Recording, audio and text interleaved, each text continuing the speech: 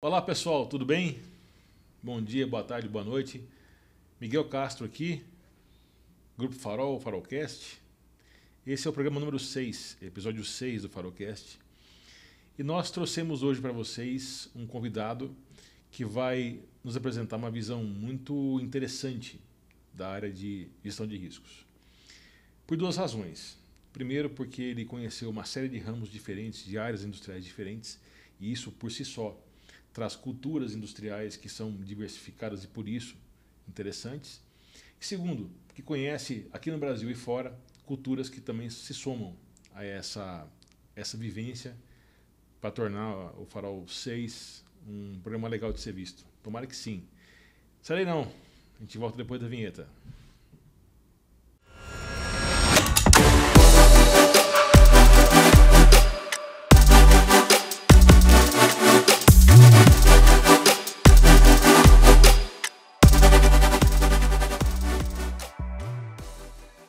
Estamos de volta, pessoal. Farolcast número 6. Bom, conforme prometido, nós trazemos aqui o engenheiro Luiz Gustavo Sandomingo. Isso aí. Ele se apresenta agora. Luiz Gustavo, bem-vindo. Força presente. É um prazer ter você aqui. Falou, obrigado, Miguel. Acho que o prazer é meu, né? A gente já está um tempo aí conversando sobre como é que a gente ia fazer esse bate-papo. E é um prazer imenso estar aqui com você conversando, tá trocando essa ideia, falando da área que a gente tanto gosta, né? Falando um pouquinho de segurança, um pouquinho sobre gestão de risco, trazendo aí essas visões. Eu sou engenheiro de segurança, estou há 18 anos na área já. Nesse período eu comecei como técnico em segurança, depois fiz uma faculdade em tecnologia de segurança, fiz engenharia de produção, fiz engenharia de segurança, depois fiz o MBA e nesse período passei por diversas áreas, desde quando comecei lá no agrobusiness, né? Na usina de álcool e açúcar.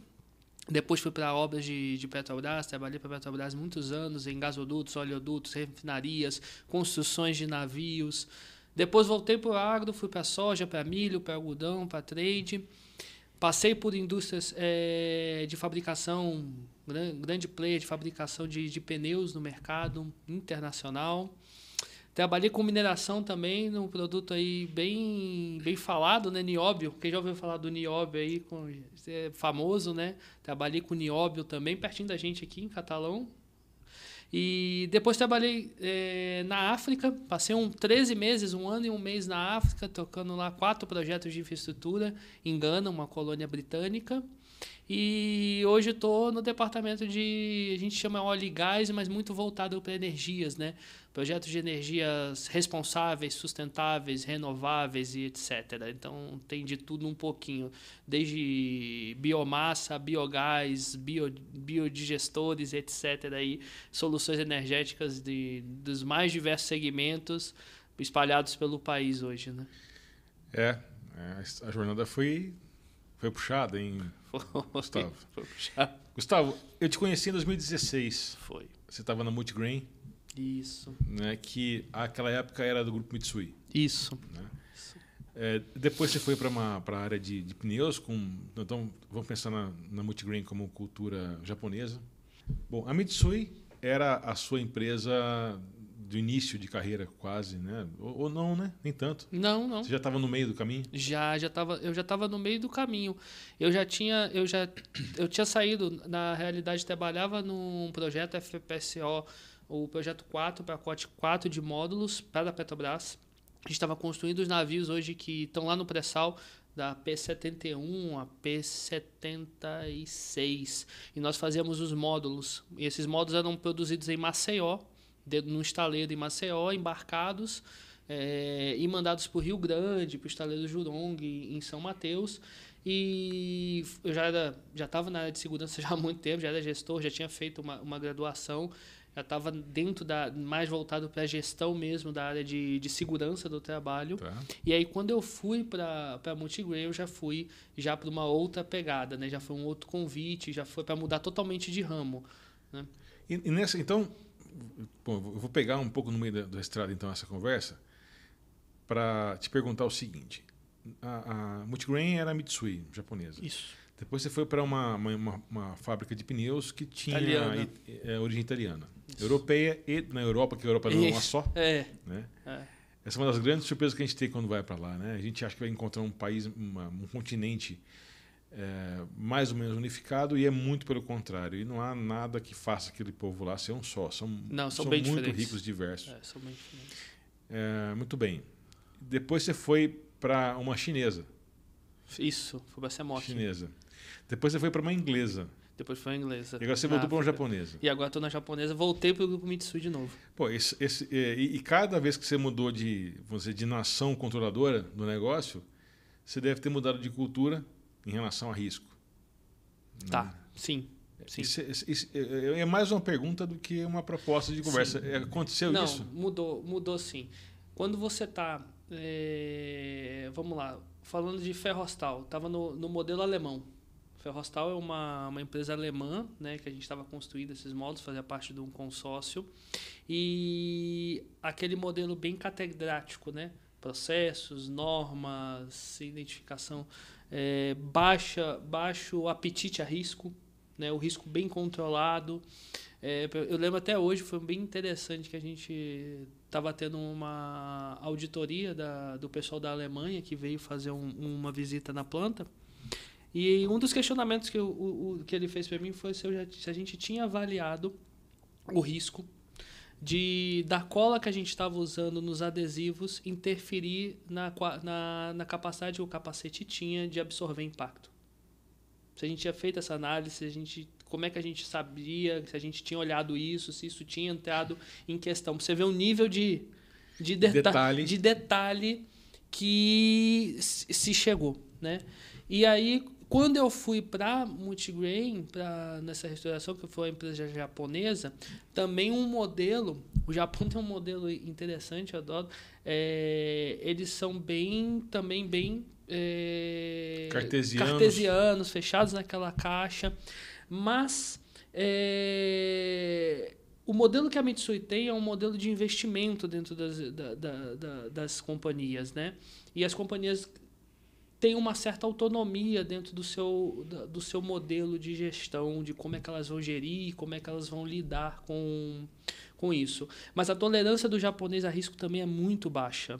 Eles não... Se está escrito, se tem que ser feito, tem que ser feito. Se está escrito de cima para baixo, vai ser de cima para baixo, vai ser da direita para a esquerda.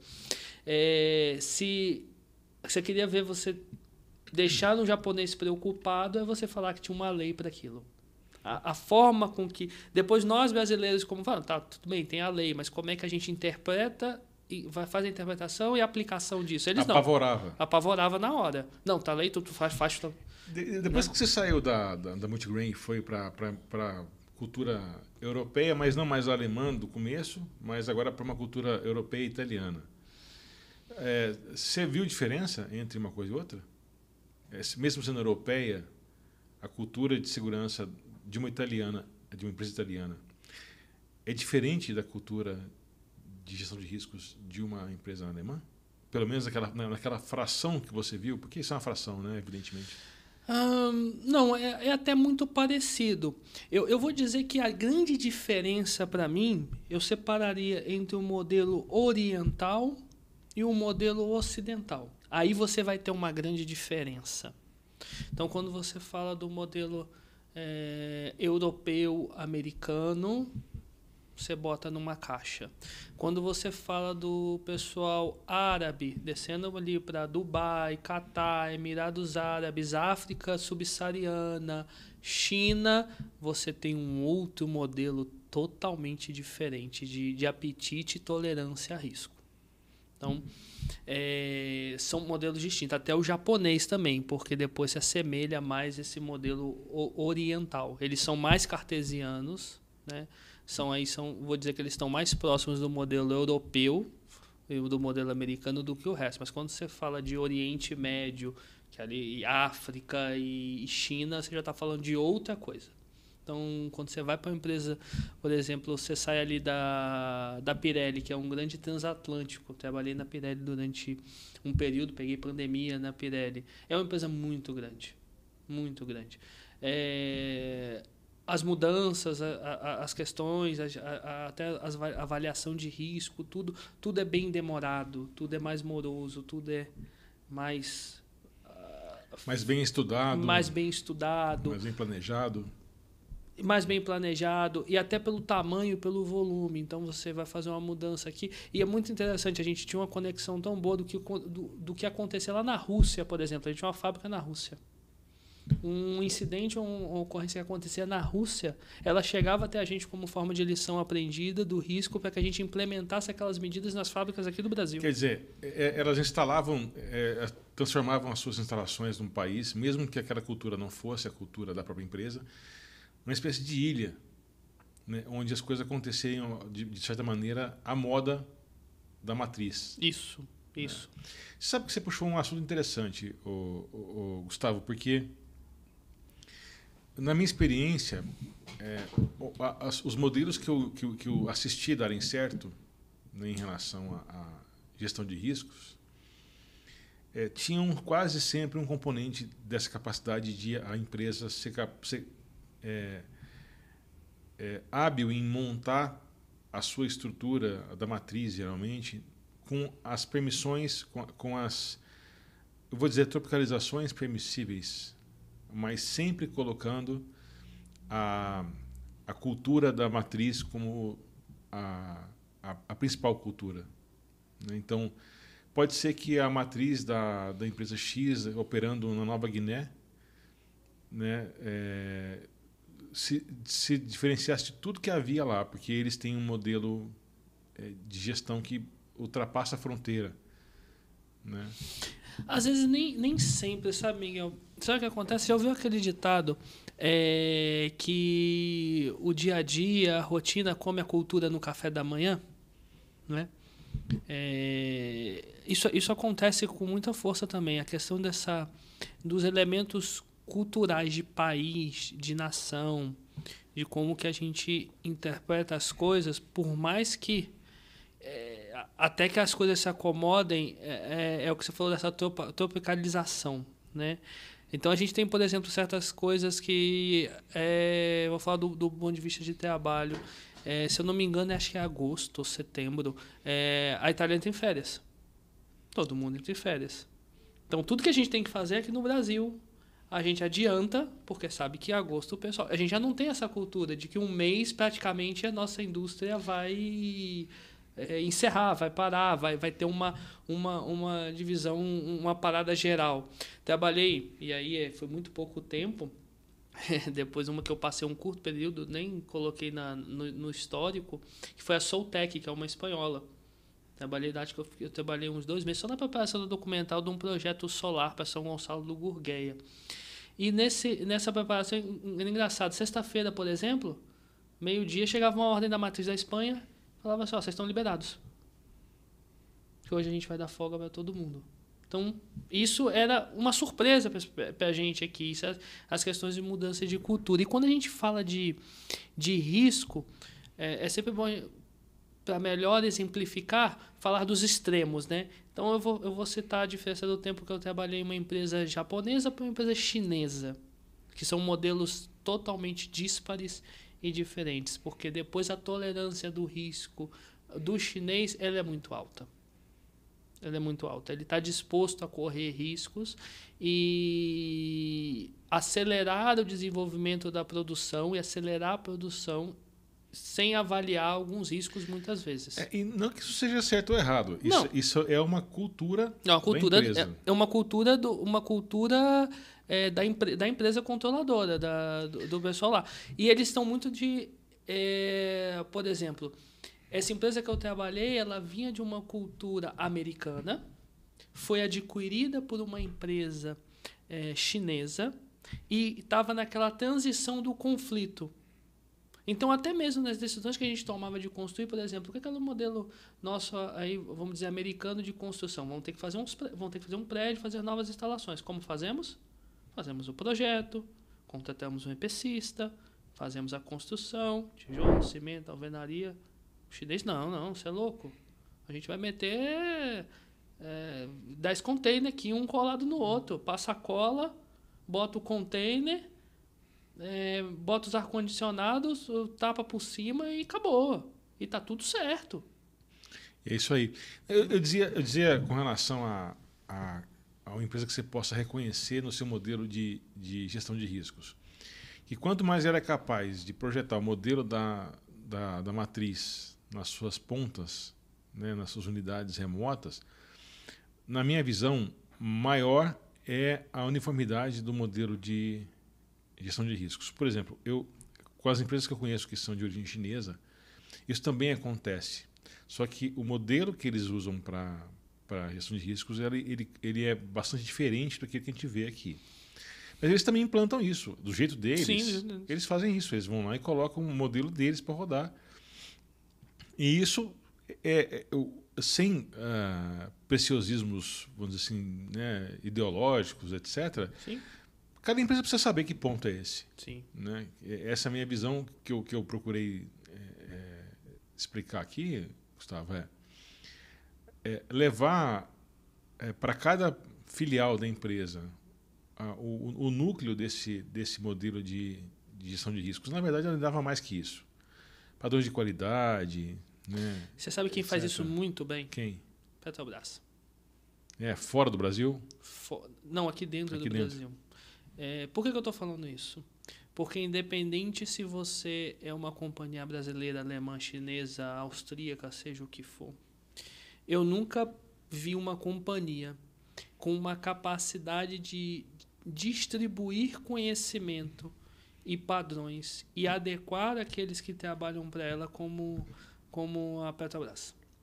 E qual é a chave? A chave é processos muito bem definidos. Para tudo que você imaginar hoje dentro do sistema, e depois a Petrobras é o mundo, eu trabalhei para a engenharia da Petrobras, em gasodutos, oleodutos. Se você tiver uma dúvida, você tem processos, procedimentos consolidados, bem descritos, revisados, acessíveis. Então, hoje, se você vai de como que faço uma pintura num tanque X, vai estar lá o tipo da tinta, a micrometragem, as espessões que têm que ser utilizadas, o padrão, como é que é, os critérios de segurança para fazer aquilo, tudo acessível. Parece um pouco aviação. A aviação é assim. Qualquer coisa que você faça na aviação segue esse mesmo rito, né? Uma coisa interessante que você falou aqui é o nível de maturidade dos processos. Né? Esse assunto de maturidade, de consolidação, etc., a gente tem falado muito disso aqui por uma pura coincidência, porque muito do esforço de digitalizar as coisas tem atingido processos que estão imaturos. Sim. Né? A gente até discutiu isso de PT. Você lembra que a gente teve essa discussão? Falou, pô, vamos digitalizar, não vamos, aquela vontade de ser 4.0. Falou, Gustavo, calma. As PT, as Pensões de Trabalho, se você não agir... Eu quero aproveitar isso porque eu acabei de publicar no LinkedIn um trechinho da Bárbara, que estava aí onde você está há poucas semanas atrás. E que a gente falou, olha, digitalizar fora da hora, né, sem os processos base tendo amadurecido, só vão complicar a ferramenta e quando não matar o processo como um todo, né? Projeto, processo, etc. Então isso é mais ou menos que serve para a gente aqui na Farol como uma espécie de alerta. De fato, que isso realmente existe, não é implicância nossa com o modelo de digitalizar ou não. Eu não tenho nada contra, pelo contrário, eu sou um fã da coisa, né? Só que se a gente não tiver um pensamento estratégico dirigido para isso, em que primeiro se façam as consolidações, depois as inovações que sejam digitalizações ou não, enfim, não é só assim que se inova, não vai funcionar. Então, eu achei bacana você ter trazido aqui para a conversa a Petrobras e esses processos maduros. Depois a gente faz essa miscelânea, porque acaba que eu trabalhei em tantos lugares, né, diferentes, tantas estruturas diferentes, que aí não tem como fugir dos exemplos, né? E assim, eles meio que validam o que a gente está falando, né? Não que seja uma regra de ouro, não que isso seja, né, 100% dos casos, mas a gente tem como comprovar que isso funciona ou não funciona em boa parte dos casos. né? No mundo é basicamente isso, né? Probabilística. Gustavo, e aí, deixa eu dar um pulinho, que eu tenho um interesse especial sobre o seu tempo lá na África. Legal, né? Como é que você foi parar lá? Rapaz, até dá um oi aí, o dia que o Luciano, gerente de HSE, trabalhou comigo lá na África, que foi que me achou. Foi interessante, rapaz. Eu sempre tive vontade de expatriar. Isso era um sonho que eu tinha. E trabalhar fora do país, isso era um sonho. E aí pesquisei muito como fazia. E é legal falar disso porque às vezes a gente se pergunta como é que funciona lá fora a questão. Eu quero ser um técnico, um engenheiro de segurança lá fora, quero ser um engenheiro. Como é que isso funciona? Depois aqui no Brasil a gente sabe que está muito claro, né? Tem que fazer engenharia, fazer pós-graduação em engenharia de segurança para ser um profissional da área de segurança a nível superior, né? Ou vou seguir o caminho da escola técnica, vou tirar meu registro no Ministério do Trabalho, vou tirar meu registro no CREA e vou aí desenvolver minha carreira aqui no Brasil. Como é que funciona lá fora, né? Essa é uma curiosidade que eu tinha. E aí você tem já as divisões, né? Como é que funciona a divisão? Estados Unidos, e aí já tem as certificações, né? Então, se você, por mais que você seja formado, tenha graduação, pós-graduação, e lá tem outros cursos da área, tem o curso de segurança do trabalho, tem o curso de engenharia, você tem que ter as formações do CSP, que são os registros de certificação profissional lá, que variam, tem uns 3 ou 4 que você faz de nível técnico, médio e superior, para você poder atuar lá nos Estados Unidos. E você tem também lá na Europa, o internacional, o famoso NEBOSH. Então, quem quer trabalhar fora, recomendável que tenha o NEBOSH, ou Certificated, ou General Certificated, ou General Course, né? Que são, é um pouco mais, é o IGG, que é o mais curto um pouquinho, e tem um mais longo. Mas você precisa ter um NEBOSH para poder ser reconhecido lá fora como profissional. E não necessariamente ter uma formação de engenharia de segurança, de tecnologia de segurança, ou técnico de segurança. Então, eu comecei por aí, fazendo essa pesquisa. E como é que fazia? E meu primeiro interesse foi, vou fazer o NEBOSH, né, para poder ir para fora do país. E fui trabalhar nessa empresa italiana, mas já olhando a possibilidade de expatriar, de ir para uma unidade para fora para ter essa oportunidade. Infelizmente, essa oportunidade não aconteceu. E eu acredito muito em energia, em pensamento, em vontade. Isso é uma coisa que eu acredito quando você bota vontade. Eu lembro até hoje, tinha recém saído da Pirelli na época e pingou no meu LinkedIn. Tô com uma oportunidade aqui na África para trabalhar em Gana. Você tem interesse? Eu falei, rapaz, interesse eu tenho. Interesse sim de trabalhar. E aí, fundamental, gente, o inglês ele é fundamental.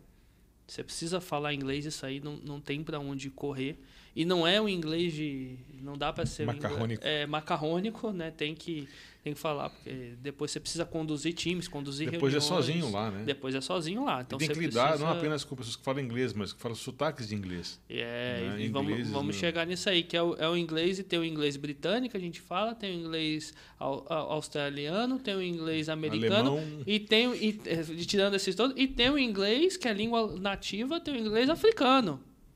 Né? Tem o inglês africano, que é um pouquinho diferente, tem muitas palavras diferentes. Né? Então, você aí teve essa oportunidade, essas conversas duraram aí 6 meses. Nesse período eu fui para a mineração. Quando eu estava lá na mineração é que se consolidou essa oportunidade de eu ir para Gana. E aí já tinha estourado pandemia, aquilo tudo, vou, não vou. Falei, agora ou nunca. Agora ou nunca. Eu sempre me mandei e fui, peguei o avião aqui, fui para lá com a cara e com a coragem, né? Claro que teve um processo, tem entrevista, tudo isso, aprovação de visto, tem todo um processo. E fui para esse trabalho na África. Chegando lá, fui trabalhar em Kumasi, Gana, colônia britânica, então a língua local é inglês, mas 40 dialetos. Então, na região que eu estava, falava uma língua chamada Twi, né? Se meus amigos africanos estiverem assistindo aí, abraço para Moaco, abraço para Eudin, todo mundo aí, que eram os colegas lá que trabalhavam comigo em Gana. Espero que vocês assistam aí. E aí eu fui para lá, cheguei lá totalmente diferente. Então, nossa, já começa começa quando você desce ali, eu desci, fui pela França, começa quando você chega para fazer o embarque da França, porque você vai para o caminho que você tem lá, ou você vai para Dubai, ou você vai para Catar, ou você vai para algum país da Europa, para depois ir para Accra, né? Que é a capital do Ghana. Aí já começa ali que as pessoas, o jeito, a postura, o jeito de gesticular, o jeito de falar, você já começa a ver que tem alguma coisa diferente, né? E chega lá. Mas falando propriamente do trabalho, propriamente dito, os países da África, no geral, são países pobres, tá? E Gana, por ser uma ex-colônia britânica, eu posso dizer que o colonialismo não acabou. Ele só mudou de formato. Tá? Eles estão independentes, mas vamos dizer lá que todos os investimentos e grande parte dos investimentos que são feitos lá são britânicos. Os contratos são britânicos, o dinheiro é britânico, o empréstimo vinha de bancos britânicos. E aí foi a grande sacada e o que foi muito bacana para mim. Que aí você, por estar em contato com bancos britânicos, aí muda totalmente a chave, porque você está com British Standards. Você está com padrões britânicos. Então, apesar de você estar na África... Tá, isso é um negócio interessante. Você tem que aplicar esses padrões. Tá. E aí a coisa muda. Então, peraí. Vamos tentar trazer isso aqui para o mundo do risco. Quando você estava arriscando o capital britânico, as regras do risco eram britânicas. As regras eram britânicas. O jogo muda. É isso que eu estou falando. O jogo muda. Então, a capacidade de a empresa levar para suas filiais o modelo de gestão é isso que eu queria dizer para você. Né? Tá, o risco de quem é? É seu. Ok, então minhas regras. Suas regras. A exposição, o grau de risco que eles estavam dispostos a se expor era bem menor. Porque depois era o Dutch Bank, que era o alemão, que também financiava, e o banco inglês, que financiava, expostos fazendo um projeto na África. Então, eu era responsável por HSE. Deixa eu fazer uma perguntinha aqui para o pessoal saber que projeto que era. Eu também não sei. Tá, a gente estava construindo eu estava responsável por quatro projetos diferentes. Era um negócio bem robusto. Era um aeroporto internacional em Kumasi. A segunda fase do KJTIA, que era um mercado, um shopping popular, um big mercado. Vou tentar fazer uma coisa que a gente não fez aqui ainda, cara. A gente vai pegando liberdade com o Farolcast. Fica à vontade. Você vai relatando que obras que eram e eu vou pedir para o editor, puxa as fotos aí. Vai colocando, por favor, aí, ele vai falando, você vai colocando. O pessoal que assistiu o Farolcast vai ter essa... Aeroporto Internacional de Kumasi. Okay. Segunda fase do KJTIA, que é o shopping popular lá de Gana. A segunda fase do Hospital Maternidade, do Okofonuti Hospital. Okofonuti Teaching Hospital, que chama Okofonuti.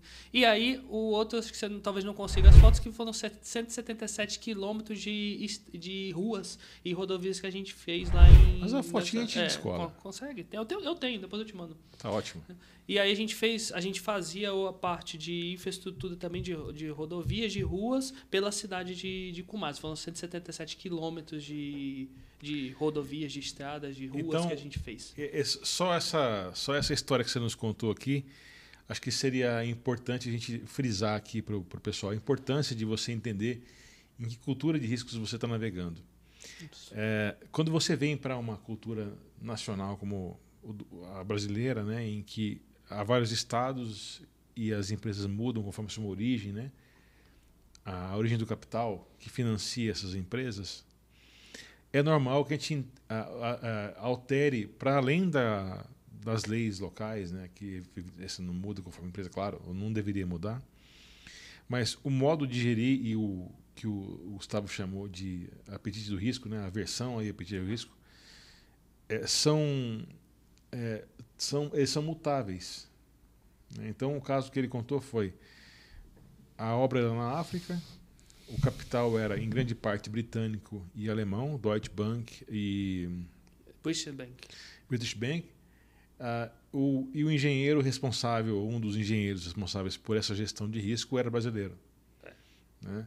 Nesse caldeirão cultural aí, quem dava as regras do risco era quem era o dono do capital, ou da maior parte do capital investido. como é que funciona? Depois a gente está falando de risco, mas de investimentos, né, também. Existe um projeto. A África sempre foi dominada por grandes empreiteiras. E a gente sabe, essa casinha África é dividida aí por algumas delas do Brasil. E só contando a história, né? Angola hoje é dominada por Odebrecht. A maioria das obras que são feitas em Angola, uma grande parte das obras, falando de Brasil, é feita pela Odebrecht, né? Lá em Gana era a OAS. A OAS faliu. Quando a OAS faliu, se abriu uma oportunidade para outras empreiteiras brasileiras, né, entrarem nesse vácuo, vamos dizer assim, nesse vácuo de oportunidade e ir para lá. Foi quando uma empresa inglesa, brasileira inglesa, onde eu trabalhei, entrou nesse mercado. E como é que funciona? Você faz propostas de projetos. Esses projetos eles são aprovados pelo governo de Gana e financiados por bancos externos. Quando eles são financiados, aí vem as regras que o banco está disposto e que vão desde quanto você tem que investir em projetos sociais lá na África, o quanto de monitoramentos ambientais e os parâmetros que você tem. Então, às vezes, você pensa que a coisa é muito diferente, mas todos os monitoramentos de ruído, seja ruído ambiental, risco de exposição da imagem do banco, acidentes, quantidade de treinamentos realizados, emissões atmosféricas, tudo que vocês imaginarem era monitorado, tá? E era passado um relatório semestral. Cada semestre tinha o mensal e o semestral para o banco. E a entrega desse relatório é que viabilizava o pagamento das parcelas, para viabilizar o empreendimento. O financiamento da obra. Financiamento. E nós tínhamos targets, objetivos e taxas máximas admissíveis de ocorrências que podiam acontecer naquela obra, que eles chamavam de as taxas de frequência e gravidade conhecidas aí pela gente, calculadas parecida, em vez de 1 milhão, usa 100 mil, mas na mesma linha, tá? Mas tinha os targets obrigatórios, que isso podia penalizar a gente. E nesse caldeirão cultural, você sabe o que é muito interessante? É que a gente fala, segurança tá misturado com tudo, né? E aí lá você tinha 50%, a gente tinha outro fator, você tinha 50% católico e 50% muçulmano. Pô, mas Gustavo, que diacho é isso? Isso mudava? E o que isso muda? Isso muda em quê? Isso muda nas condições que você tem que oferecer para o seu funcionário lá, porque depois você tem que oferecer um local para reza. Você tem que oferecer um local seguro, que não pode ser dentro da obra, ou dentro do empreendimento para ele rezar, porque senão ele reza dentro da obra. Porque o muçulmano, deu a hora dele da reza, ele pode estar onde ele for. Onde for. Ele vai abaixar, ele vai esticar o tapete dele, ele vai rezar. Isso é cultural. Sim, isso é cultural. Isso é cultural. Não é negociável. Então, quando você vai para um projeto desse, na hora que você está na implantação do canteiro, vamos dizer assim, implantação do projeto, você tem que pensar. Hoje, uma coisa que não é pensável aqui no nosso mundo. Onde é que eu vou pôr o local de reza do pessoal? Porque se eu deixar, ele vai rezar sem botina, sem capacete, sem roupa, ali e se no meio do tem uma história que você vai nos contar que marcou especialmente a sua vida nesse período lá na Gana? Tem alguma coisa que você tenha de lembrança e que meio que simbolize essa sua vivência lá? Se eu tenho uma coisa de lembrança que simbolize minha uma experiência, uma passagem, um diálogo, uma crise, Não, crise a gente teve algumas, claro, crise a gente sempre passa por crises. Eu acho que assim, eu vou falar dos projetos sociais que eu participei, esses me impactaram bastante. Porque depois nós tínhamos projetos sociais de doação de financiamento de escolas e ver as condições que eles estudam, as condições que eles tinham e o quanto a gente pôde contribuir, isso me impactou bastante. Gente, vocês não têm noção do desafio que é para aquele pessoal estudar lá, né? como é que não dá para explicar, vocês têm que ver, né? As condições são precárias, na sua grande maioria. Então, lá o que há é uma condição muito díspare de sociedade. Você tem pessoas muito ricas e pessoas muito pobres. Deixa eu te perguntar uma coisa que me surgiu aqui. Essa precariedade do modo de vida que você encontrou lá, de que forma se afetava, né? Como afetava a aversão ao risco? Ou... Afeta porque localmente, como nós era uma empresa britânica, nós tínhamos padrões, né? E a gente trazia e transportava esses padrões.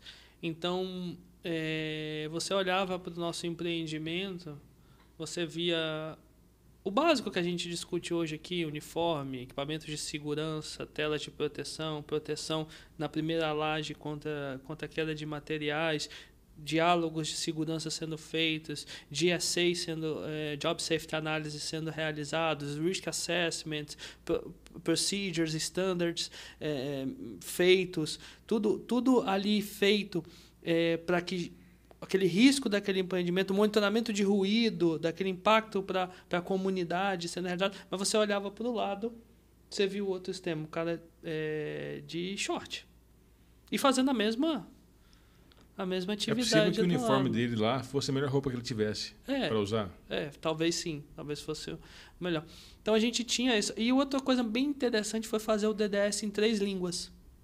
Fazer um DDS trilingue. Porque depois eu falava... Você aprendeu a falar algum dialeto lá? Eu aprendi algumas palavras, né? Mas acho que eu não sei... Eu aprendi algumas palavras, mas não cheguei... Depois é muito difícil falar, né?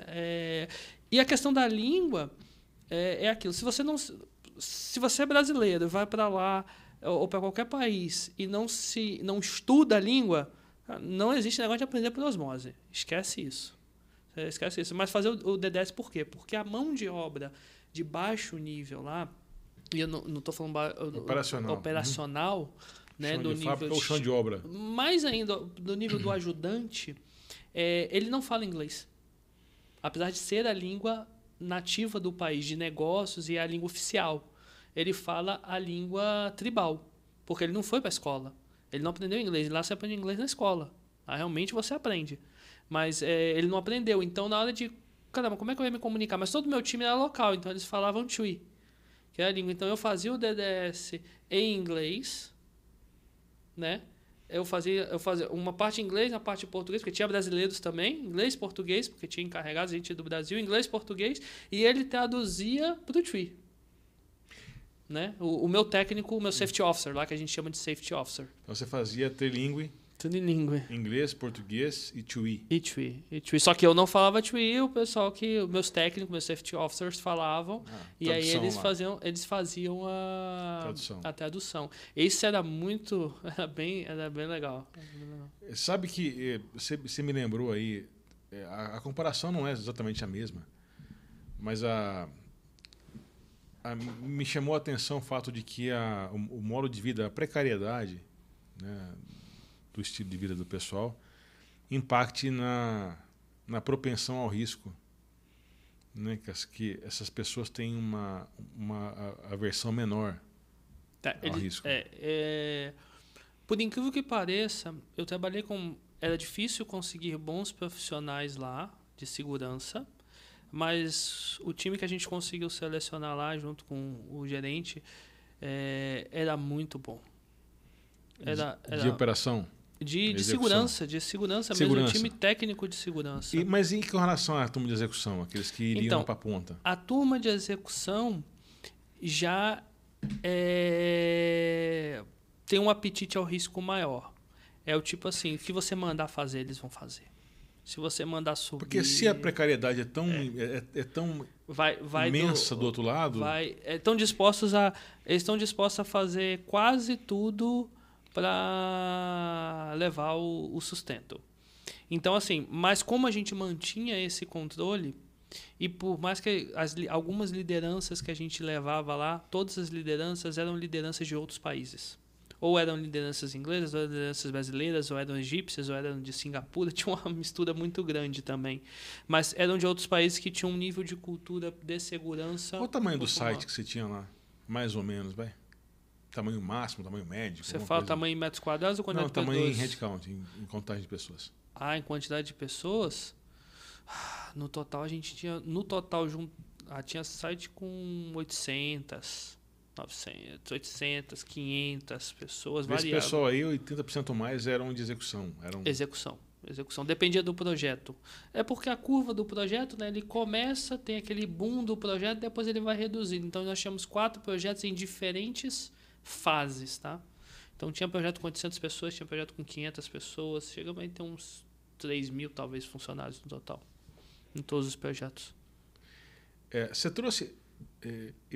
a pergunta que eu estou te fazendo é muito mais uma reflexão que eu queria usar esse programa para a gente poder fazer em conjunto, né? Você trouxe alguma lição de lá em relação ao papel da cultura no risco, em relação a alguma lição, aprendizado que você considere realmente importante e que alterou o modo como você pensa as coisas? Olha, ter essa experiência fora, tem coisas que têm que ser vividas, é difícil explicar, tá? Muda você como pessoa.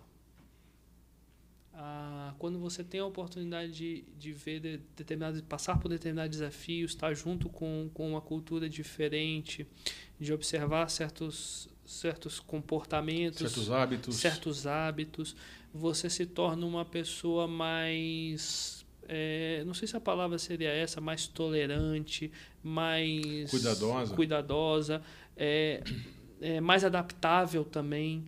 Você consegue entender e balancear, justamente se adaptar, né? Eu costumo dizer isso, né? Darwin já disse isso, né? Não são os mais fortes nem os mais inteligentes, mas os mais adaptáveis é que vão sobreviver. Então, eu acho que essa capacidade do profissional de segurança de se adaptar a diferentes processos, a diferentes culturas, a diferentes empreendimentos, depois que você muda, é fundamental. Então, o que eu trago da África é essa capacidade de adaptação, de entender como é que funciona, de entender como é que o muçulmano pensa, como é que é o apetite do risco dele, né? Por que ele tem que lavar? Tá, e a gente está falando de risco de saúde mesmo, de lavar as mãos, né? Por que um lava, por que não lava? Por que um come com a mão, por que não come? Me parece aqui que de maneira mais genérica, o seu interesse pelas pessoas aumentou. Meu interesse pelas pessoas aumentou. Eu posso dizer que o meu lado de gestão de pessoas ele ficou mais apurado. E isso foi uma grande mudança no meu mindset como profissional. Porque eu venho, como eu te falei, de 18 anos de segurança e passei pelas mudanças de norma.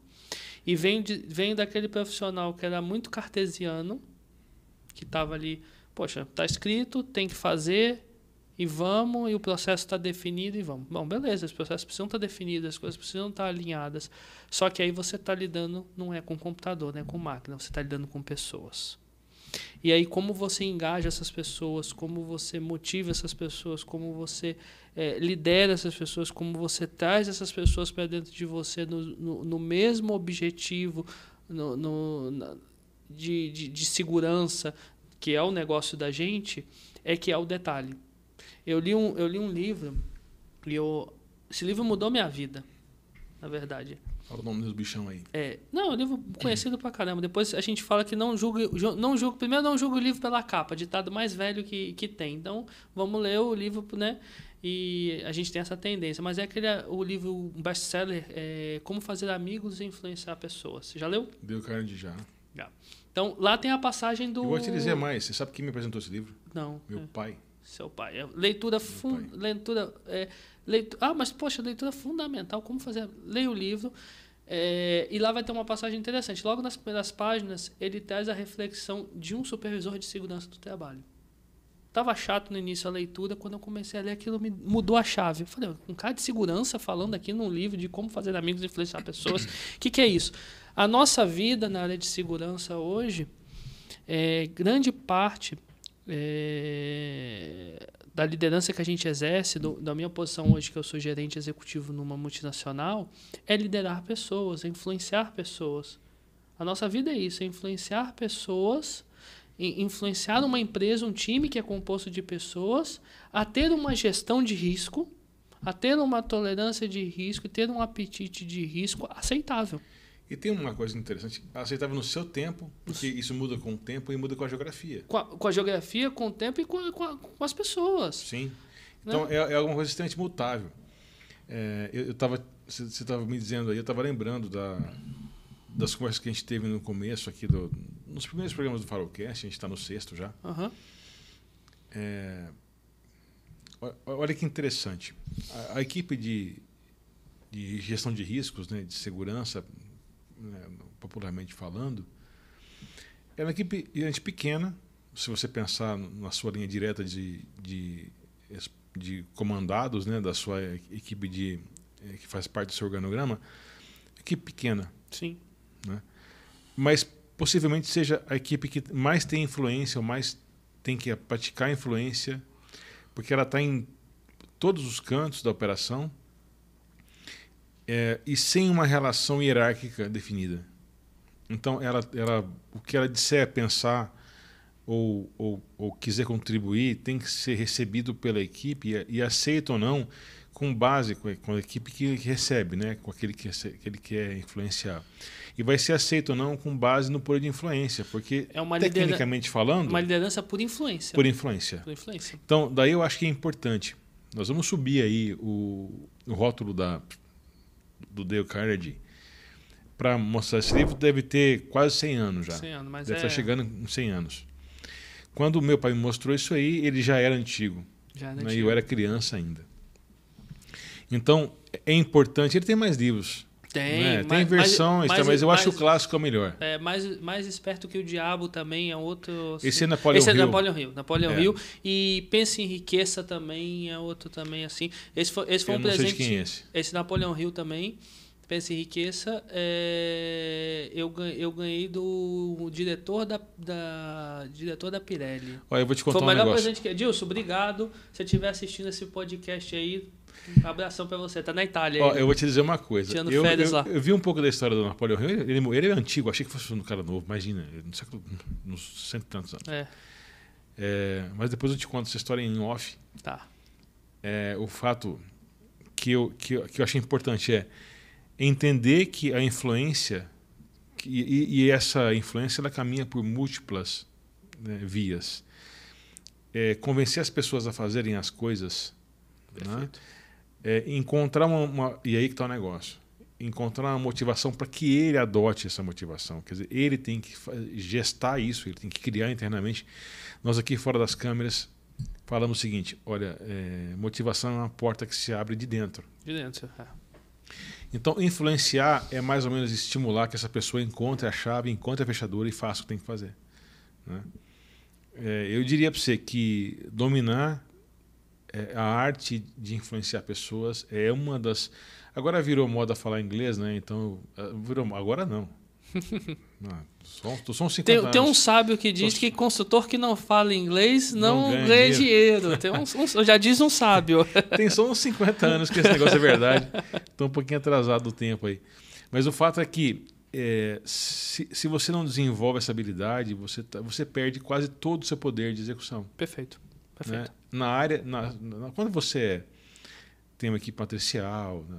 Você tem um organograma bonitinho lá e tal, e a influência não é tão grande assim, tudo bem, ok. Né? Você manda e está mandado. Aí quando você precisa convencer e encontrar o caminho, né? A gente tem uma palestra aqui, o Luiz Gustavo, chamada Que Vantagem Maria Leva? Isso. Né? Você precisa encontrar o que vantagem Maria leva de cada um. Isso. Para cada um desses. Para o nosso operador mais antigo de casa, a gente está falando com um senhor que poderia ser, se não nosso pai, nosso tio mais novo, ou nosso irmão muito mais velho, de homens e mulheres com experiências sólidas, né?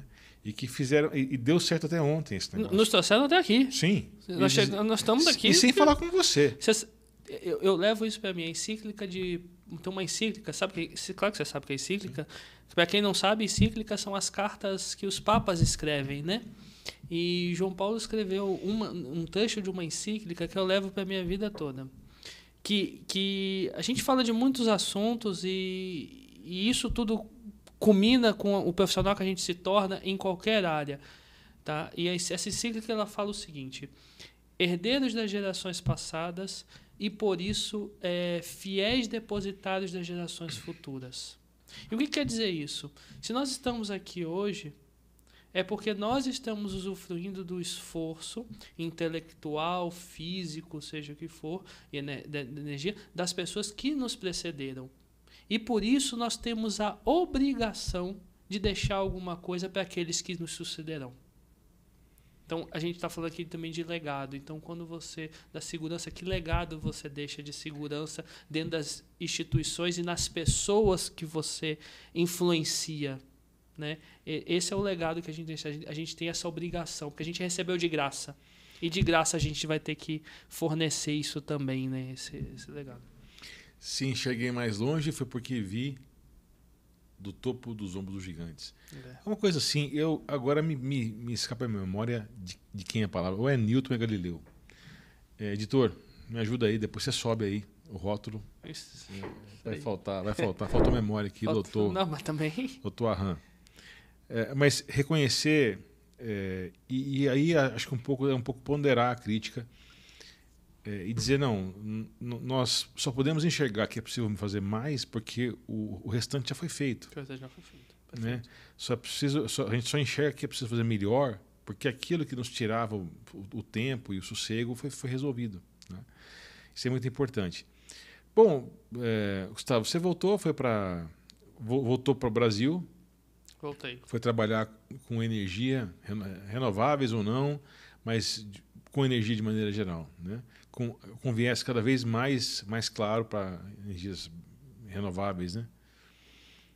Como é que é a sua vida hoje? Então vamos lá.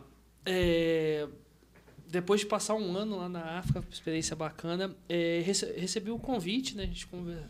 Convite para voltar para o Brasil e a gente abriu aí as negociações, as conversas para voltar para o Brasil, de volta para o Grupo Mitsui, né? Para a empresa do Grupo Mitsui.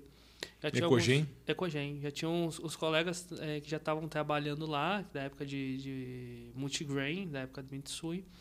E a gente veio também para um desafio muito grande, que foi alavancar aí a cultura de segurança. E a gente já estava trabalhando, né, acho que há 2 anos atrás, mais um pouquinho, eu sempre estava em contato com o pessoal da própria empresa, a gente já tinha uma relação, tanto que culminou comigo e com o Miguel aqui, Miguel já conhecido, né, Miguel? Do Grupo Farol, fechamos uma parceria com o Grupo Farol, que foi com o Grupo Farol que a gente montou a estratégia. Eu, sem estar trabalhando na companhia ainda, acabei indicando, né, vamos dizer assim, indicando o Miguel para fechar essa parceria. E depois, em contrapartida, eu fui para a companhia. E o Grupo Farol começou esse plano estratégico com a gente, que a missão era essa, alavancar a cultura de segurança. Então, quando eu cheguei, o plano já estava já tinha sido desenhado e já estava em fase de execução. E nessa primeira fase desse plano estratégico, como uma empresa de energia, gente, altos riscos, né? Riscos consideráveis. Intervenções críticas. Um traço importante da sua área de atuação é que a falha é muito custosa. Muito custosa. Então, se uma manutenção, por exemplo, de alguma maneira falha ou, além de falhar, causa um acidente, a consequência é muito elevada, não é? Muito elevada.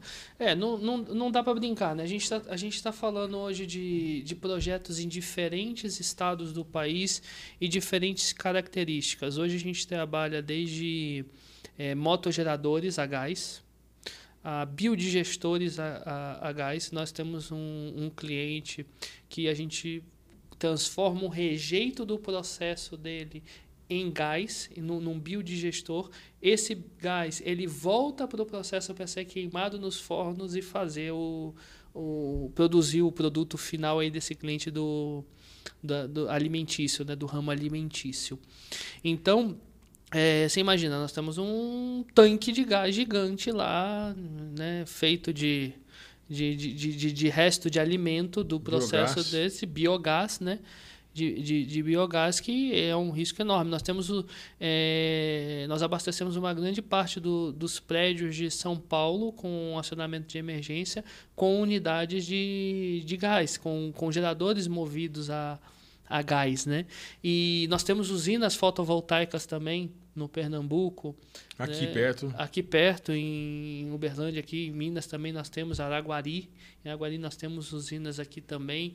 Nós temos investindo muito esse ano, é um ano que a gente investe em biogás e biomassa muito fortemente em soluções dentro desse portfólio, não só isso, mas muito focado nisso, em caldeiras de biomassa, em produção de biometano e biogás, tá? Esse é um dos focos da companhia. E aí você está falando de um produto altamente inflamável, né? Está falando além do risco de eletricidade, das intervenções constantes. E aí como é que a gente, além de todo o trabalho que foi feito junto com vocês da Farol, do assessment, de traçar um plano estratégico, a gente vem refinando isso ao longo do processo. Ano passado nós tivemos a primeira reunião estratégica de HSE da Ecogen, onde a gente com um time pegou o trabalho que a Farol fez de análise junto com o time, o que fizemos certo, o que fizemos de errado, onde podemos melhorar e em cima dos 6 pilares desenvolvidos junto com a Farol, fizemos os incrementos e os ajustes para o plano estratégico desse ano, e é o que a gente está tocando esse ano, e dos objetivos, uma das partes desse plano estratégico esse ano é fortalecer o processo que a gente acha fundamental, que é de permissões de trabalho. Isso para a gente é fundamental hoje. Fortalecer, solidificar e sedimentar esse conceito de permissão de trabalho, de hierarquizar isso, de dar controles, para que coloque as nossas intervenções cada vez mais num nível de risco aceitável. E aí todo um trabalho que nós temos feito também de aculturamento, de mudança de cultura. E isso vai desde o envolvimento da alta liderança. Então, uma das ações primeiras que a gente fez, e a gente estava falando disso aqui hoje, o que a gente faz? A gente segue as pessoas pelo exemplo, não é verdade? Uhum. Isso é fato. Se eu digo que me importo com as pessoas, eu falo muito isso, eu digo que gosto das pessoas, eu digo que segurança é um valor na companhia, mas se eu começo a minha reunião perguntando, e aí, quanto você faturou? Será que faz sentido? Qual é a mensagem verdadeira que eu passo, né? Aquilo que a gente estava conversando aqui nos bastidores. A mulher do imperador não basta ser honesta, ela tem que parecer ser honesta. Não tem que parecer e ser, né? E é isso. E essas mudanças estratégicas e culturais, junto com a diretoria, que é o grande viabilizador disso e financiador disso, nós, por exemplo, hoje começamos todos os nossos eventos falando de segurança. A primeira palavra que a gente fala nos nossos eventos é como está a segurança. Tá aí. Isso é um bom hábito que a gente importou de empresas americanas há, sei lá, 40 anos. Há 40 anos, isso. E isso se propagou, né? É meio que um marco divisor aí das iniciativas de segurança.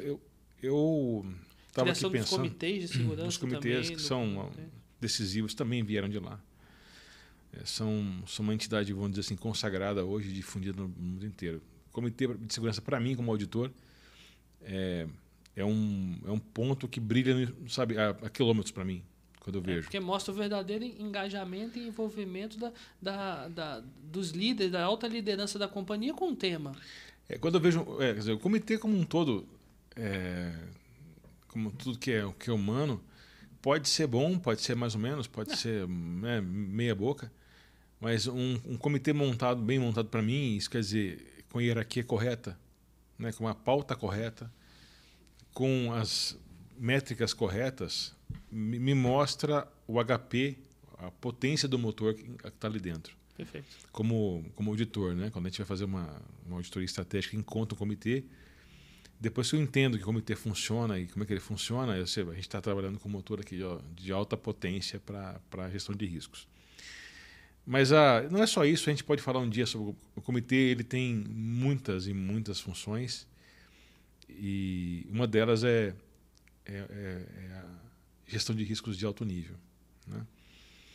Um outro ponto que eu queria comentar com você é o que é interessante associar. Por que permissões de trabalho, as PTs que você mencionou há pouco, estão no radar? E eu queria fazer uma espécie de união entre duas variáveis que você tanto preza, porque eu estava lá dentro, né? Quando nós falamos sobre isso, a gente participa da rotina da Ecogen. Isso também vale para você que quer influenciar pessoas que, com certa razão, não entendem o papel da gestão de riscos na rotina, que não é só de segurança. Então, por exemplo, eu vou usar o exemplo aqui que a gente está falando agora. Permissões de trabalho, elas entram em intervenções, podem ser manutenções, trocas, ampliações. Por definição, ela entra num processo que tem um certo grau de improviso.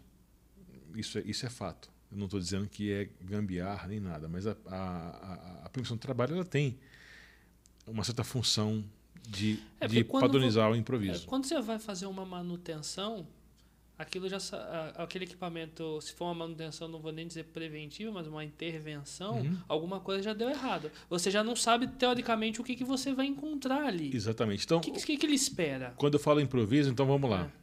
É um andame onde não tinha andame. Não tinha andame. Né?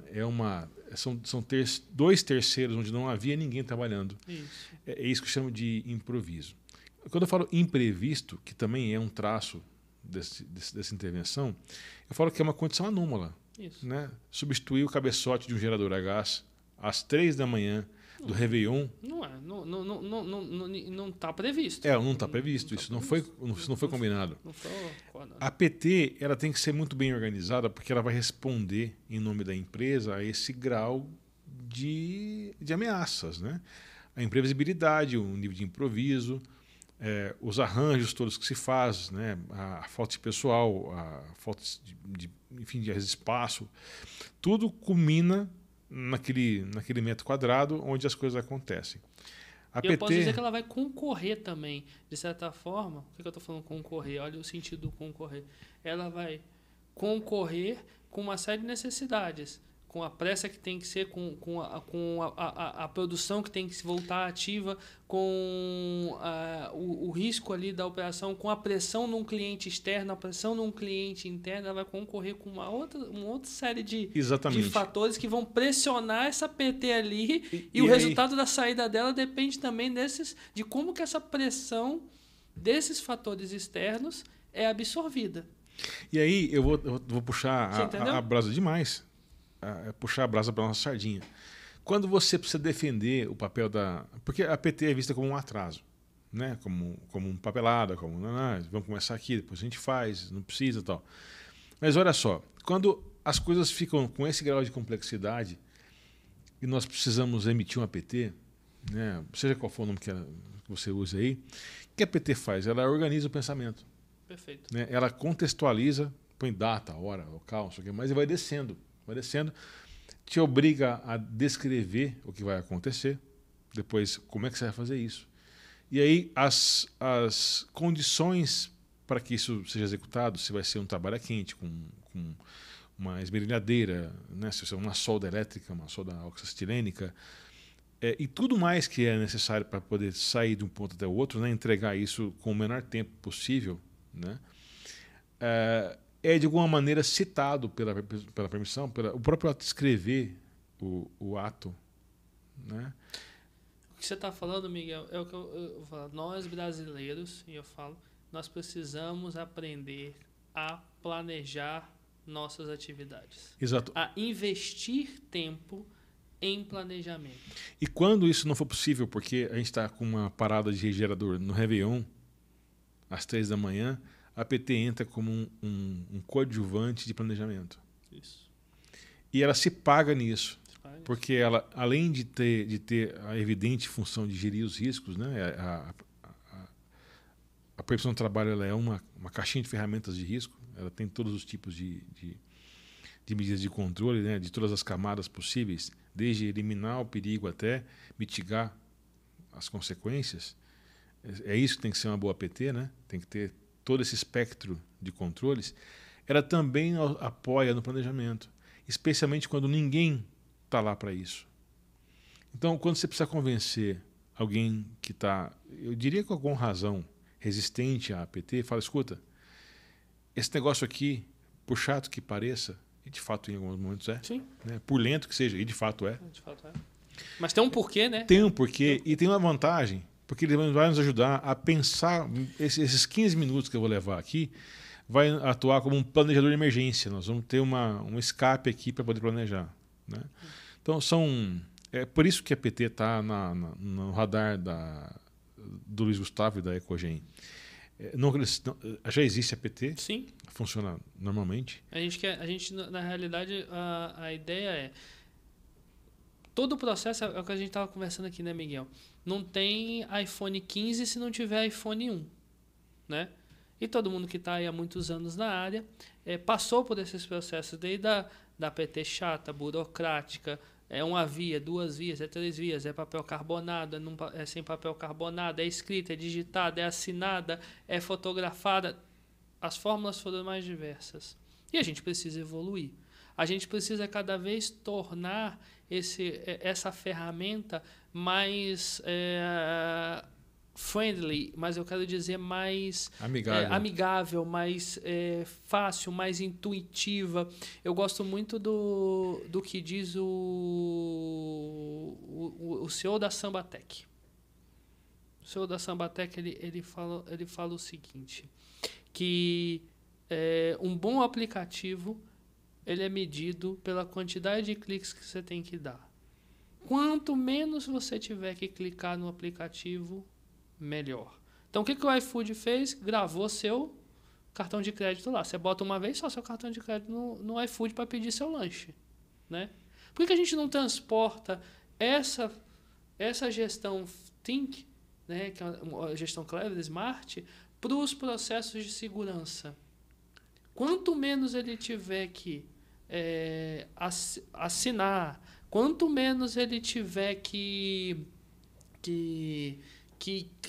clicar, quanto menos ele tiver que cópias ele tiver que mandar e distribuir. Eu lembro até hoje, aí vale de experiência, eu trabalhei em um projeto que eu chegava às 7 horas da manhã com a equipe a começar a trabalhar e eu ia começar a trabalhar 11 horas da manhã. Por causa do APT. Porque o processo não era consolidado. Não, o processo era consolidado, mas era extremamente burocrático. Mas em que nível que era? Em que nível? Só para você entender. Um APT para liberar um guindaste. Aí eu fazia a permissão, nós fazíamos a verificação, estava tudo lá. Aí você ia na portaria pegar a assinatura, no operador da planta pegar a assinatura, no gerente da planta pegar a assinatura, no coordenador da engenharia pegar a assinatura. Aí você pegou a assinatura de todo mundo, né? Aí você volta na portaria para deixar uma cópia do que está todo mundo assinado. Volta tudo aquilo e você volta lá. E aí você tinha cada um tocando a sua vida. Você chegava lá na sala do operador, ele não estava lá. Ele saiu para fazer alguma coisa. Para ele fazer um trabalho. Você esperava lá 1 hora, meia hora. Né?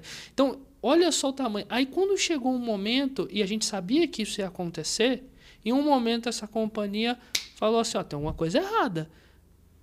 Tem uma coisa errada no meu nível de produtividade, no meu nível de entrega. Né? O pessoal começa a trabalhar 11 horas, chega às 7 horas, começa às 11 horas da manhã, e aí se começou a se rever esses processos. Né? Então, assim, a gente tem que ter cuidado na hora que a gente implementa as coisas dentro da companhia, para a gente não implementar certos Frankensteins que drenam a nossa capacidade de de entregar resultado e, gente, eu não estou falando que quando eu falo entregar resultado, as pessoas têm mania de ver as coisas desconectadas. Eu não vejo assim. É por isso que quando eu estou falando resultado, eu estou falando de segurança, eu estou falando de qualidade, eu estou falando de meio ambiente. Eu não vejo as coisas desconectadas. Tá tudo junto. Não tem resultado sem isso. Não tem. Mas faz. É essa virada. Isso faz parte do business, faz parte do resultado. Então, você imagina. Então tá. Vamos dizer que nesse caso que você passou na portaria, passou não sei onde. Digamos que esse processo estivesse consolidado, quer dizer, era uma prática conhecida, todo mundo sabia para onde é que tinha que ir e tal, beleza. Tá. Qual é o problema de você digitalizar esse negócio desse jeito, né?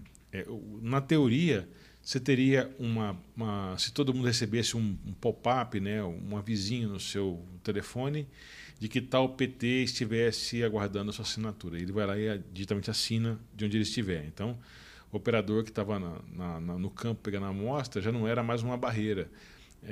Não era mais necessário ir até a portaria e perder o tempo, nem da assinatura, nem da entrega. Na teoria, digitalizar esse processo dessa maneira poderia querer dizer que a gente otimizou o processo. Na prática, nós aprovamos uma PT sem ninguém ir ao campo. Então, tem isso e outras coisas. Eu falo assim, vamos lá. Eu participei de um processo para uma empresa, eu não vou citar o nome dela aqui, ali em Ponta Grossa. Uhum. E durante esse processo, eu estava lá visitando, falou, olha, aqui é o seguinte, você precisa fazer um trabalho em espaço confinado, você tem que ligar para fulano de tal lá em Houston. Falei, como é que é? Não, você tem que ligar para o americano lá em Houston para ele autorizar. Falei, tá bom, mas e o fuso, essas coisas? Ele ganha para isso. Pode ser, você tem que ligar para ele.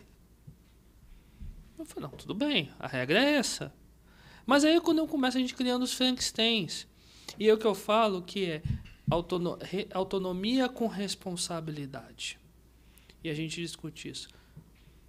Ligar para um diretor em Houston, lá nos Estados Unidos, para aprovar uma PT aqui no Brasil, numa planta que ele nunca pisou, que ele não sabe onde é, que ele não viu, só para dizer que eu peguei a aprovação dele? Que sentido faz isso? Pois é, vai nesse nível o grau de... E aí é onde a gente pega, mas sabe por quê?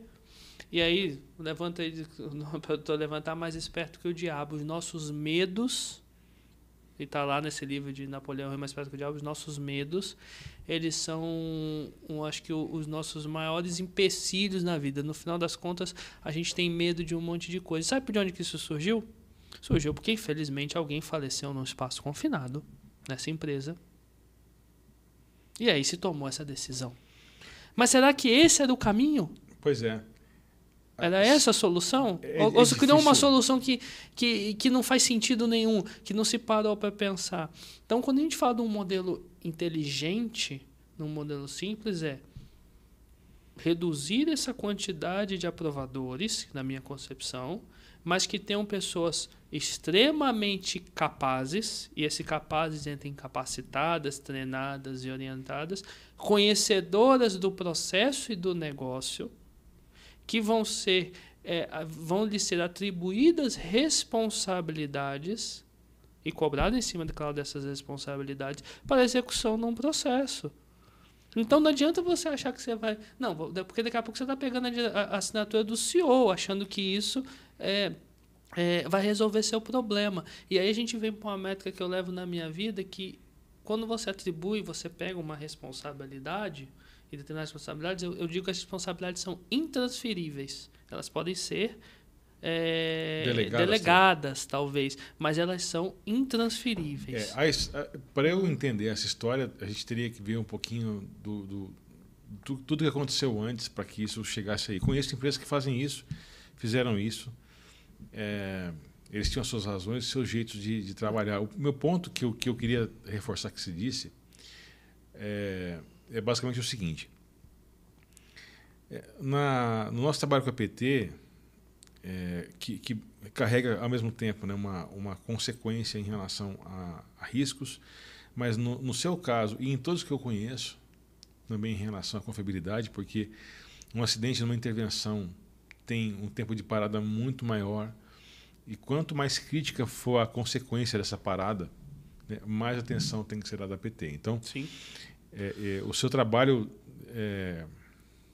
que a gente só começou, né, você está tocando essa jornada já, foi de investir primeiro na estrutura da PT, como um documento, como uma série de passo a passo, e agora nós estamos entrando para fazer o fator humano por trás disso e tomar decisões mais conscientes. Né? A estratégia nossa lá é transformar cada gerador numa célula de decisão. Isso. Né? Que a gente estava conversando muito sobre... qual era o termo que a gente usava? Era células autônomas? Não, unidades autônomas. Sim. Unidades autônomas de decisão. Claro que essa é igual, vou citar o exemplo do filho, né? Eu gosto de falar muito de exemplos. Quando é que você dá autonomia para o seu filho, né? Quando meu filho era pequeno e a mãe dele ficava louca, eu falava assim, hoje vou te ensinar, você vai na padaria. E essa semana você vai comigo na padaria. Na semana seguinte eu falei, agora você vai sozinho. Mas aí a minha esposa ficava louca, falou assim, você vai deixar o menino ir sozinho na padaria? Eu falei, calma que eu sei o que eu estou fazendo. Você vai ver. Aí ele saía. Mas ele saía sozinho nesse primeiro momento, ele achava que estava sozinho. Mas eu estava lá atrás dele. Eu estava lá, ele estava passando, ele estava indo, imediatamente eu estava indo atrás.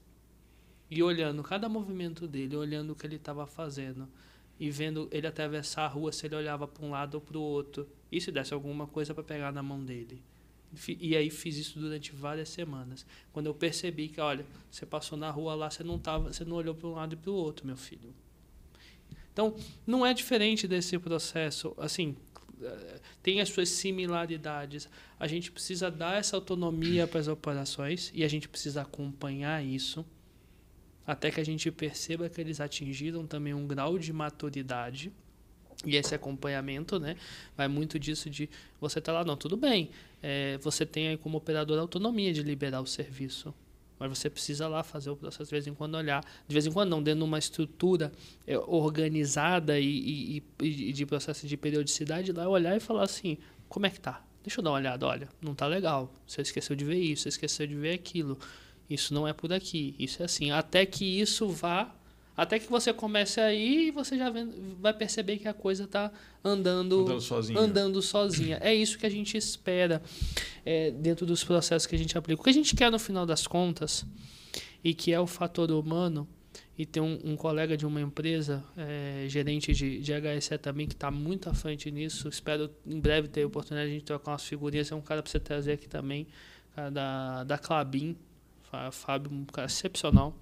Que a gente espera no final da ponta é que aquele operador que ela pense na hora de tomar a decisão e falar assim, epa, calma aí, a decisão que eu tomo é segura, está de acordo com o que eu preciso, está de acordo com as orientações, eu entendo como é o processo, e ele entenda verdadeiramente o porquê disso lá na ponta. Esse é o desafio. Sem depender, pelo menos não visceralmente, não tecnicamente, é um ponto que ele não possa entender o risco de alguém da área de segurança. Ele tem autonomia limitada, mas ainda assim consciente, né? Sobre cada passo que precisa tomar para que aquilo aconteça. É mais ou menos como a gente faz, Miguel. Por exemplo, você lembra da nossa discussão quando a gente foi montar aquele workshop de segurança? A gente chegou e falou, olha, vamos fazer assim, vamos fazer assado. Chegou um momento, o que a gente chamou para discussão? A gente chamou uma psicóloga, que era especialista em treinamento, para discutir com a gente. Olha, essa aqui é a proposta, vê o que a gente está fazendo, o que você acha? Aí ela trouxe vários insights. Não, olha, tem um modelo auditivo, tem um modelo visual, tem um modelo sinestésico. Dá uma ajustada nisso aqui, puxa para cá, puxa para lá. Porque a gente entendeu também que a gente, como especialistas de segurança, especialista de risco, especialista de segurança, a gente entendia de segurança. E a gente entende de segurança. Mas muitas vezes a gente não entende de cabeça de gente, às vezes. Cabeça de pessoas, que é especialista. Entende, mas não entende como um psicólogo entende. Então precisa chamar essas pessoas, essa multidisciplinaridade. E aí é o novo é o HSE que eu acho que tem que ser, é o HSE do futuro, que é cada vez mais essa multidisciplinaridade que precisa estar inserida dentro do HSE, precisa da saúde, segurança e meio ambiente, que é os setores, né, na segurança, precisa estar incluída. Tá?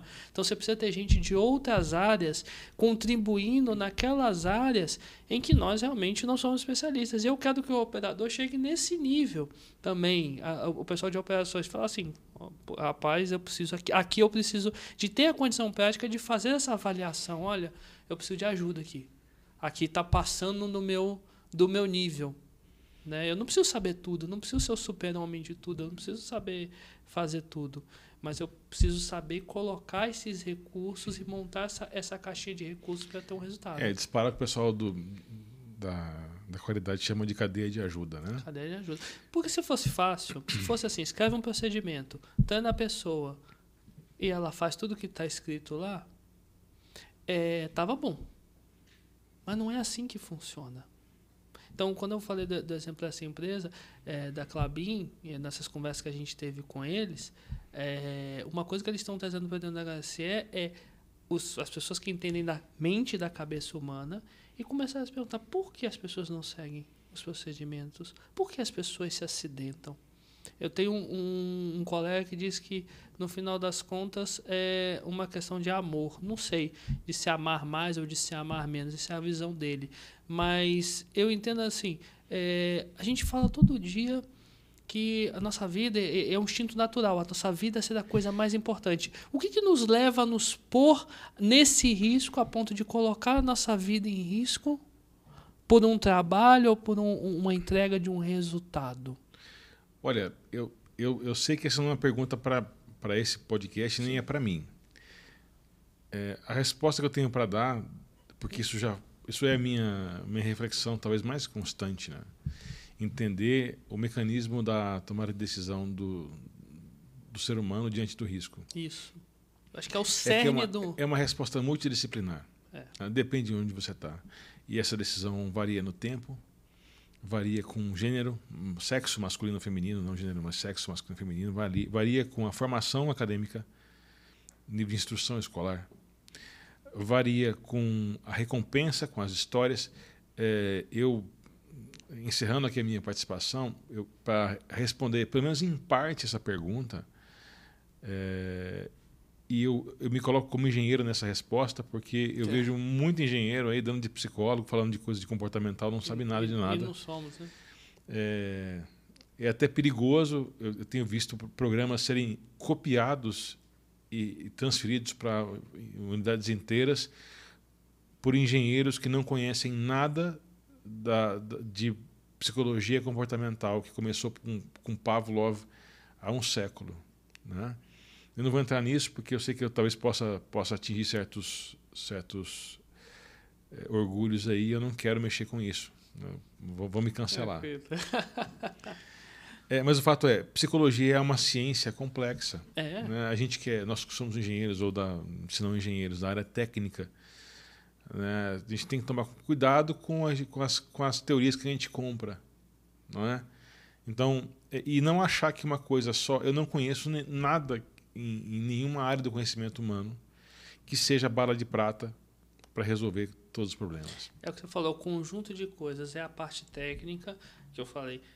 O conjunto faz um resultado. Bons procedimentos, bons processos, boas ferramentas, bom engajamento, boa gestão de pessoas, bom processo de aprendizado dentro da companhia, de aprender com os erros, aprender com os desvios, aprender com os acidentes, porque é um processo de aprendizado. Talvez esses 3 pilares, eles em conjunto, formem o resultado que a gente quer de segurança. Eu acredito muito nisso. Tá? Eu também. O meu ponto é que, se você, como técnico, como engenheiro, perceber que há algum fator humano que foge ao seu entendimento, você tem que... né, peça orientação profissional, ao invés de comprar teorias que você nunca viu a comprovação. Não estou fazendo crítica, não. Desculpa, mas já vou fazer uma famosa Audicomp. Gente, pelo amor de Deus, para mim... Cuidado com isso. Para mim, tenho muitas ressalvas. Cuidado com... Se me quiserem me cancelar, cancelem, mas eu acho que tem que reformular todo esse programa em grande parte das companhias que compraram esse programa de auditoria comportamental, que para mim não muda o comportamento de ninguém. Só um detalhe, depois você se pergunte... Se Miguel concorda comigo. Mais impossível.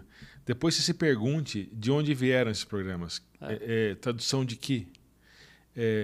O comportamento... O Gustavo acabou de explicar isso para nós no seu case. No consultor que não fala inglês não ganha dinheiro, né? Então vamos lá nós. BBS, né? Behavior Based Safety. Você acabou de contar para nós que a mudança de geografia mudou todo o seu o consultor fala framework.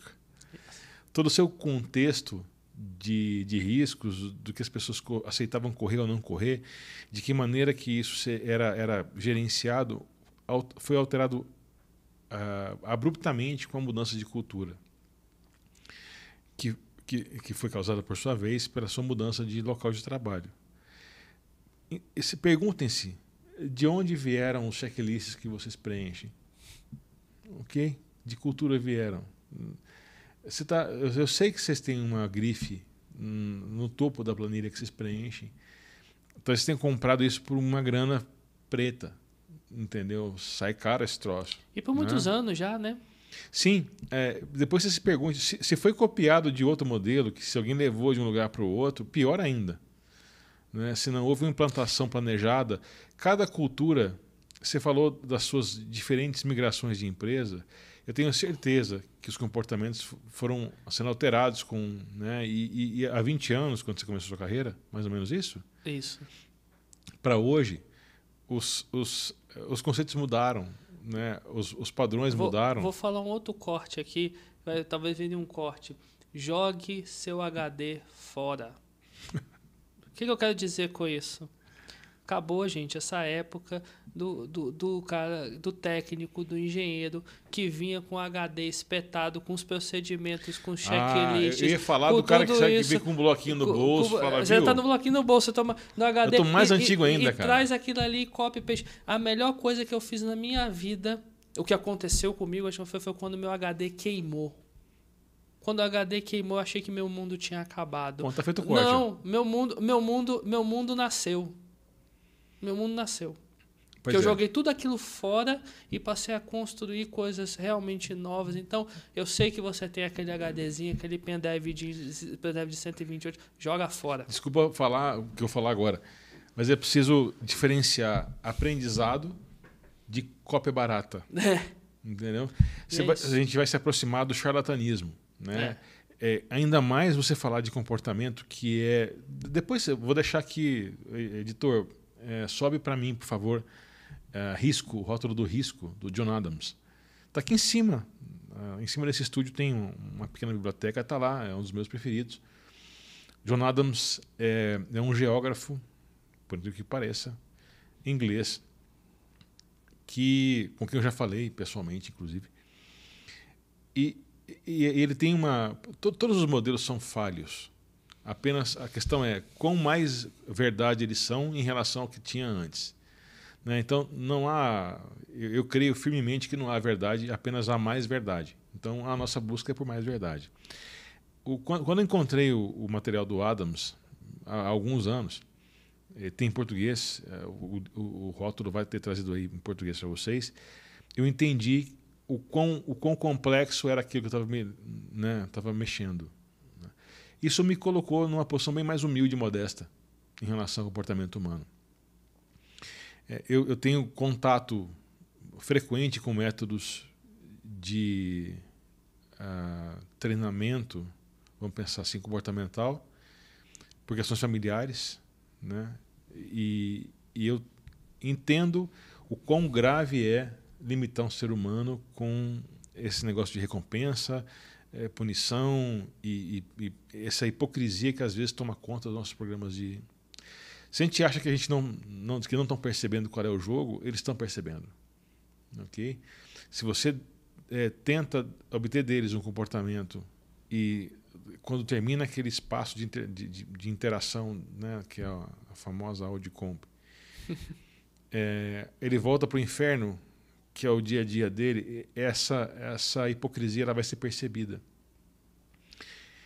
E ele vai ser cruel com você quando ele puder. Ele vai dizer, escuta, e isso aqui? Né? Não conta não para a auditoria? Então, eu sei que há bons modelos e, sobretudo, acho que há boas intenções. Acho que há mais boas intenções, mas acho que o modelo ele precisa ser revisto. Então, a gente tem que ter cuidado. Cuidado para não entregar para a gente que não conhece. Eu não conheço de comportamento humano a ponto de criar um modelo de auditoria comportamental que funcione. E mais, eu pessoalmente acredito que mesmo que haja esse modelo, e aí é uma outra discussão para um outro podcast, com mais convidados para poder balancear a discussão, eu também acho que há prioridades que são tão urgentes de serem resolvidas, sem as quais tudo que você faça nesse assunto de comportamento parece cinismo ou hipocrisia. Você sabe que minha cabeça está fervendo hoje, que eu estou estudando? Safety design, né? Que vem muito do design thinking, design safety.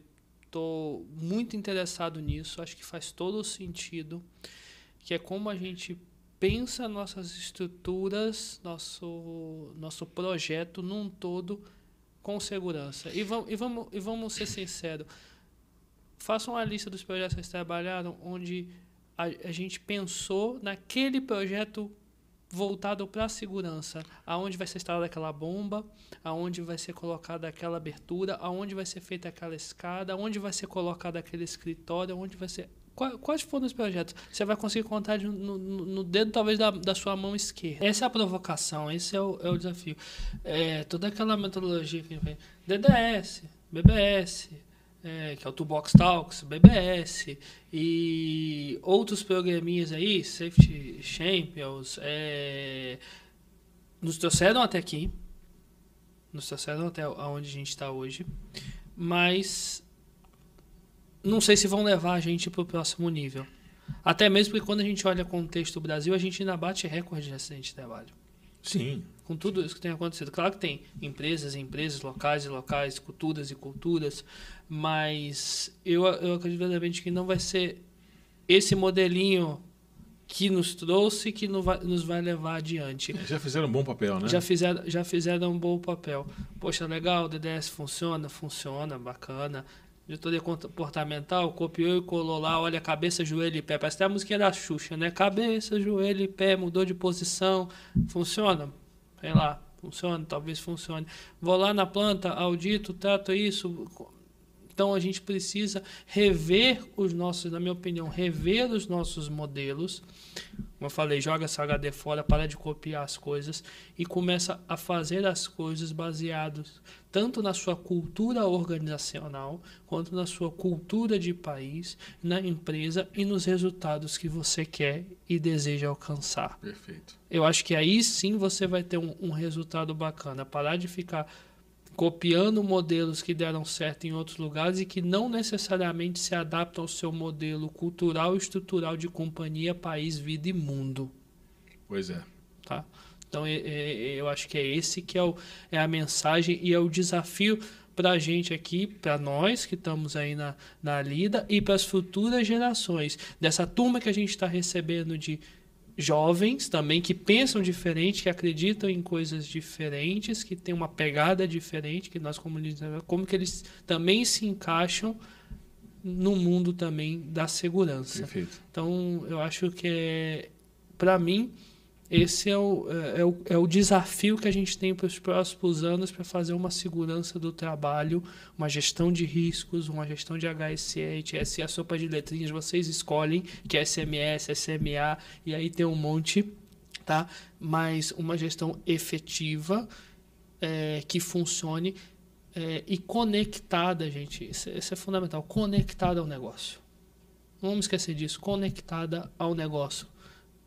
Como um trem, uma coisa depende da outra, uma coisa conectada à outra, não trabalhando de forma estrutural e independente. Vou falar uma outra coisa polêmica aqui. Segurança não é a coisa mais importante do negócio. ela é parte do negócio. Gestão de riscos faz parte e está no coração do negócio, mas ele não é a única coisa que existe. Não é a única coisa que existe. É. Ele não pode ser olhado, então, a segurança é a coisa mais importante. Não, a gestão de risco, aí quando eu falo, quando a gente fala de segurança e gestão de risco, tem uma diferença muito grande. E a gente Tem. usa muito segurança, né? Segurança é um sentimento, uma sensação. E nós não estamos aqui para, como engenheiros de segurança, técnicos de segurança, profissionais da área de segurança, mas não estamos só para trazer segurança, nós estamos aqui para gerir risco. Segurança é um efeito. Um efeito. Né? Mas nós estamos aqui para avaliar, gerir o risco, quantificar esse risco, entender o quanto de risco faz sentido e a gente está disposto a se expor e trazer as melhores soluções para esse risco, conectadas ao negócio. Acho que esse é o... Né? Perfeito.